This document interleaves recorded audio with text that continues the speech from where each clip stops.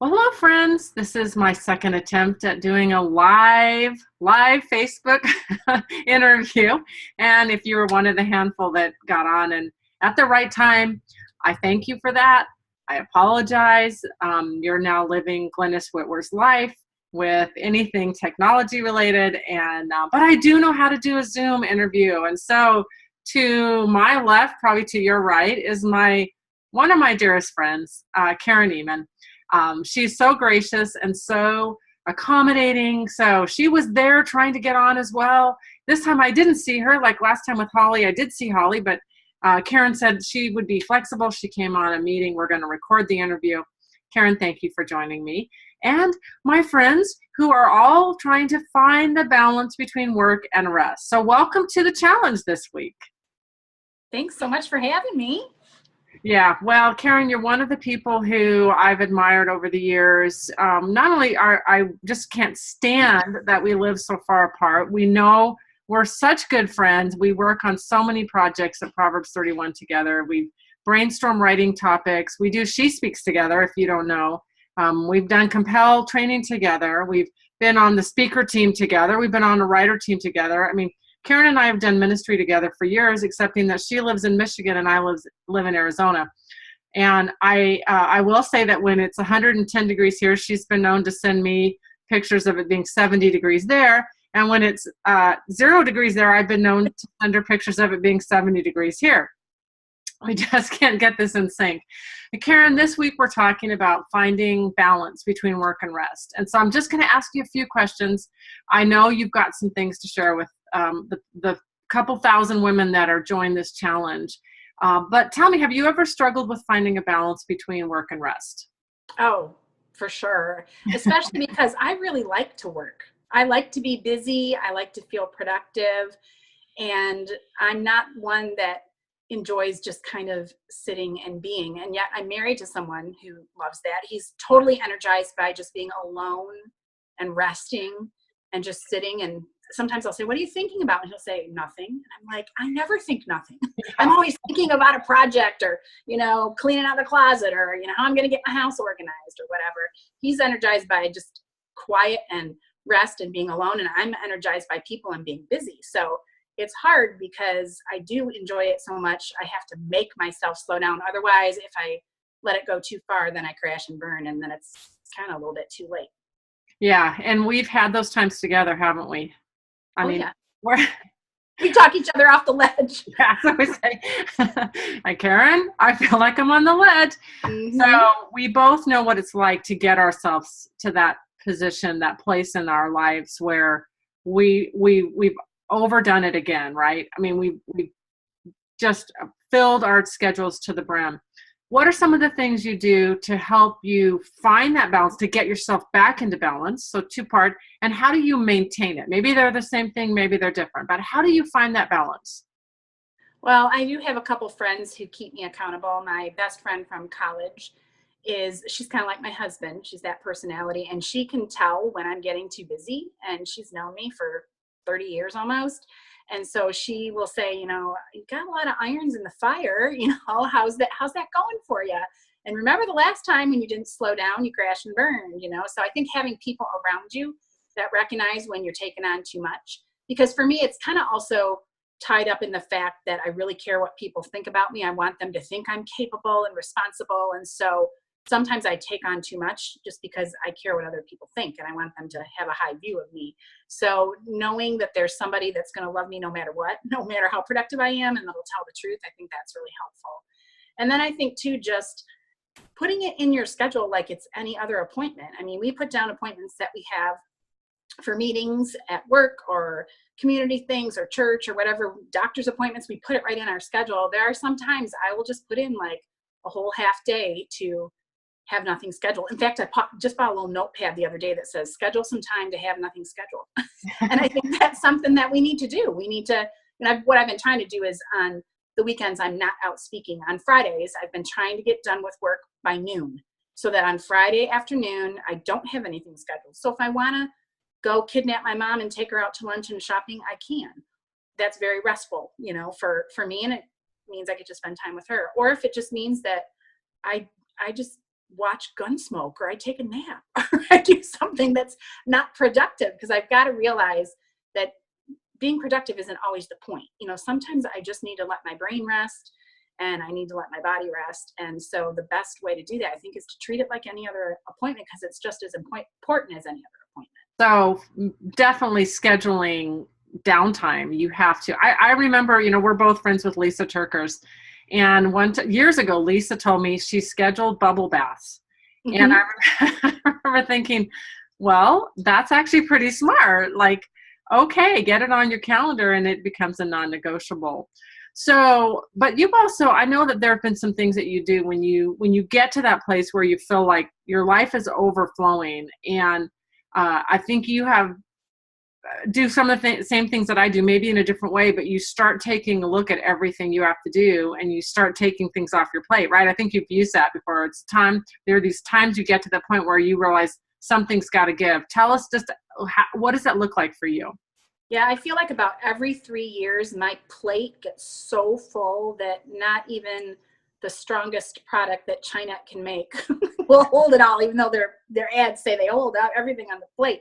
But what the problem is, I believe, is that we women just think we're so capable and we're so smart that when we are asked to take on another responsibility, we don't actually try to remove anything from our plate, because we think we're so capable and smart that we can just rearrange everything. Yeah. And somehow it will all fit, But about every 3 years, I would say, I go get alone by myself, someplace quiet, don't have TV going, don't have my phone going, and I just get alone. I take my Bible, I take a journal, I take my calendar, and I go and I look through my calendar for the last year, and I just prayerfully look at everything I was involved in, everything I'm currently doing, the things I'm being asked to do, and I hold that plate up to God and say, okay, what do you want me to take off of the plate? Because, if you leave it up to me, I'm just going to rearrange everything, and I'm just going to pack it in tighter. And I think that's a really important thing to do, and to realize that the world's going to go on if you back out of something. Sometimes I think maybe for the people that are like me and are people pleasers, we worry that if we don't say, yes, I'll be in charge of the women's Christmas banquet at church again for the 11th year in a row, that people aren't going to like us, or that it's not going to get done. It's going to be some kind of tragedy that you're not in charge of this year. But, if you moved away, they would find somebody else to do it, or maybe they would reevaluate and say, we don't need a banquet this year. So I think we need to know that the world will go on. It doesn't need us in charge of everything. It doesn't need us signing up for everything. And also I've really just had to tell myself that if people don't like me because I'm not the room mom that takes cookies every week or whatever, that's okay. I don't need to be liked by everybody. I need to really get to the root of it, ask God what he wants on my plate, and then, kind of take it in my mind. I kind of take it all off my plate. And then as I pray through that calendar, I just ask God, what do you want me to put back on? And I try to only put on those things that I feel he's calling me to. I often tell people that we women have the curse of capability, because we're capable. And so we don't ask when we're being, approached about an activity or responsibility. We don't ask, am I called? We ask, am I capable of this? And it's the curse of capability. We're so capable, but we need to really ask ourselves, am I called? And if we're not called and we take on the responsibility anyway, then we're taking the blessing away from the person God meant to do that job in the first place. So don't ask yourself, am I capable? Ask yourself, am I called? And put only those things on your plate that you really feel called to. Yeah, that's good. Well, I've been on the other end of some of your decisions. And I think one of the things that you do so well is that when recently you were stepping down from Karen's one of our teachers at our Compel training. So if you want to write, Karen's come and join Compel training in a few weeks. Actually, we'll be opening up, and you'll get some of Karen's teachings. But we also had her part of this biweekly meeting. And she recently, actually it was more like almost a year ago, I think it was, right? I don't know how long ago it was, but you said that you had to step down from that. Well, that was hard. I didn't want to. I loved having you on that meeting because you're brilliant. But one of the things, the way you did it was you conveyed to me how much that decision was hard for you. Like you really you gave that responsibility high value. And you gave me high value because it was clear that it was going to be hard for you not to have that extra time with me, because we always look for that.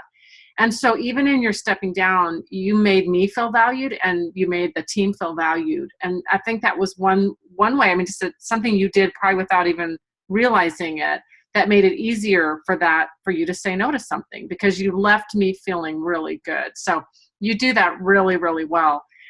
So today we're talking about planning, and I know you and I have love affairs with planners. Now, you actually use your planner. I, on the other hand, buy planners and never use them. I am just like, the next planner is going to be the one for me, but I have such a good system that I don't use a planner. But you do. But you just said you take every 3 years, you take like a weekend, you go away. But how has planning helped you? Maybe just tell a little bit about that. And then if you have any tips on how you plan, I'd love to hear that. I know you like Post-it notes. I don't know if that's part of your planning, but I should have stock in the Post-it note company. That's on So tell us how planning has helped you, and maybe any tips on planning.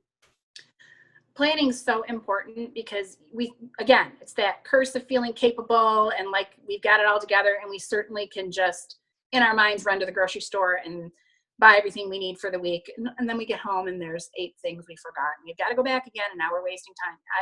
Just 15 minutes of planning can save you hours and hours of time. It really can. And so I like to encourage people to just look at the areas of their life that they kind of feel are a little bit out of control, where they might need to implement a little planning, whether that's getting your house clean and organized, or whether that is menu planning and then grocery shopping and cooking, whatever it is, stuff with your kids, whatever it is, it's very helpful to just dial it back, get alone, think it through. I like to think too about not the concept of being organized, because I don't really like when people go, oh, you're so organized. It's really not that. I think it's more being prepared. Like knowing, let's say you're heading into this busy fall back to school season. You've got 3 kids and they're all in a fall sport. Well, it doesn't mean that you need to be super organized. You just need to be prepared. You need to know, what? There's probably going to be 2 or 3 crazy evenings every week where there's practice and games and maybe church stuff going on all at once. And yet we still have to eat. So you're prepared. You're thinking ahead that maybe you need to have some frozen meals cooked up ahead of time. Get up early on a Saturday morning, spend 3 or 4 hours putting, 8 or 10 meals in the freezer that you can just pull out that morning and thaw and put in a time bake oven or in a crock pot or whatever, and have ready for that busy night. It's not that you were super organized, but you were prepared. Like, just be thinking ahead as you look at your calendar. Where are my hot spots? Where am I gonna, need a meal? Or where is there a busy weekend where I've got 2 showers to go to, and yet there's 2 activities that weekend? We don't want to wait till that weekend to buy the 2 shower presents. Stop what you're doing right now and order them on Amazon or go to the store or whatever. Just always be looking not just at what you have going today and this week, but the whole 3 or 4 weeks out ahead. Where do you see some potential problems where there's a little bit too much activity on that day? And think about being prepared rather than being organized. Yeah, that's really good. My dog has just come to join me. Oh, hello, doggy. Sammy. How funny. The whining is just about to start, and it will start. The joy of being at home. I wonder why people do resist planning. And I don't know if you've ever thought about that, because I'm sure there are people here who think, well, that works for you, but I'm just not a planner. I mean, what do you think, what could help someone who feels like that? I think for the people I know that resist it and push back against it, it's because they've got their eyes on somebody that's really good at planning, and they think by comparison, oh, I can't do it. I can't be that organized. I can't have my kids color-coded or coordinated outfits all thought out, or, all those meals thought out or whatever. And they think they've got to do it like their friend does. But I think if you just take in little baby steps and little bites and chunks, and just think of one thing that's causing you trouble. Like, say it's grocery shopping. Say you're the kind of person that runs up and down the aisles and, gets to the front and thinks of 3 things you forgot. Maybe you just need to focus on your grocery shopping and think, you know what? I'm going to go with a legal pad or a notes app on my phone or something. I'm going to walk through the grocery store, and I'm going to go in my normal route that I go through the grocery store. I actually did this once. And I'm going to write down in order the things I normally buy. And then I'm going to make that like kind of like a template for my grocery list. I actually ran off something on my computer. This was like 15, 20 years ago, before there were apps and all that kind of stuff. And I just went through the grocery store in order. I wrote everything down that I normally buy. Plus I left some space after each section. Like if I listed a bunch of fruits and vegetables I normally buy, I left some space at the bottom.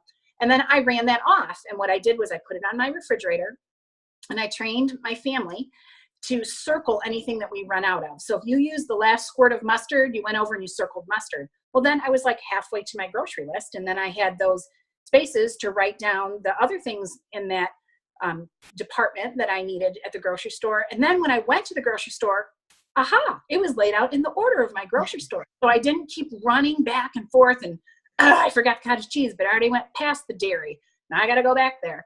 And it kept me from having to run back to the store again because I forgot. Again, you kind of go there just on a wing and a prayer with no list, so just take one area and really be strategic in how you can get some planning done in it. And I think, nowadays it's so much easier because you can go on Pinterest.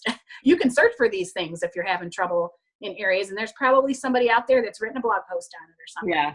But just take one area. Like I said, I think we look at somebody who's really got it together in a lot of areas and we think, I can't be like her. I don't roll like that. That's not my personality.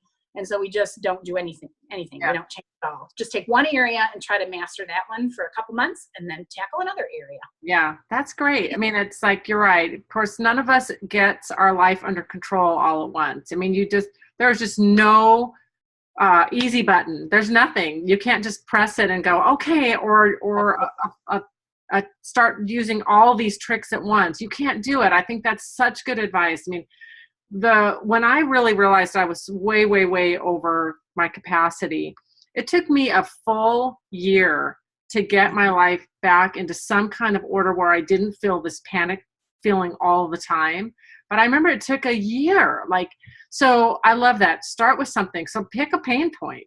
Pick a pain point and then schedule it. Like you scheduled your rest, schedule a planning time or a thinking time or whatever you wanted to call it. Maybe treat yourself to your favorite hot or cold drink, Yeah.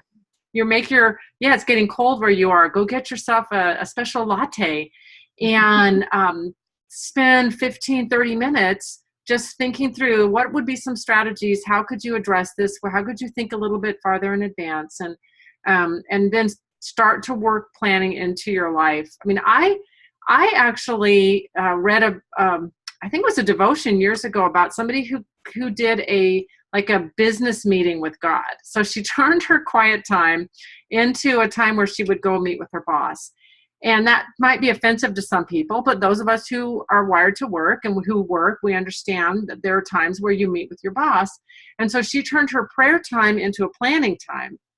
I love that. She would feel like she would ask the Lord, like you did, where you held your plate up, ask the Lord for his direction, but it also gave her mind time to just think about, all right, what would the Lord want me to do? How could I do this? So that works for me when I feel really overwhelmed, that I definitely turn my planning time into a prayer time as well, because my wisdom is really, really low and weak and powerless compared to the wisdom that God can give us.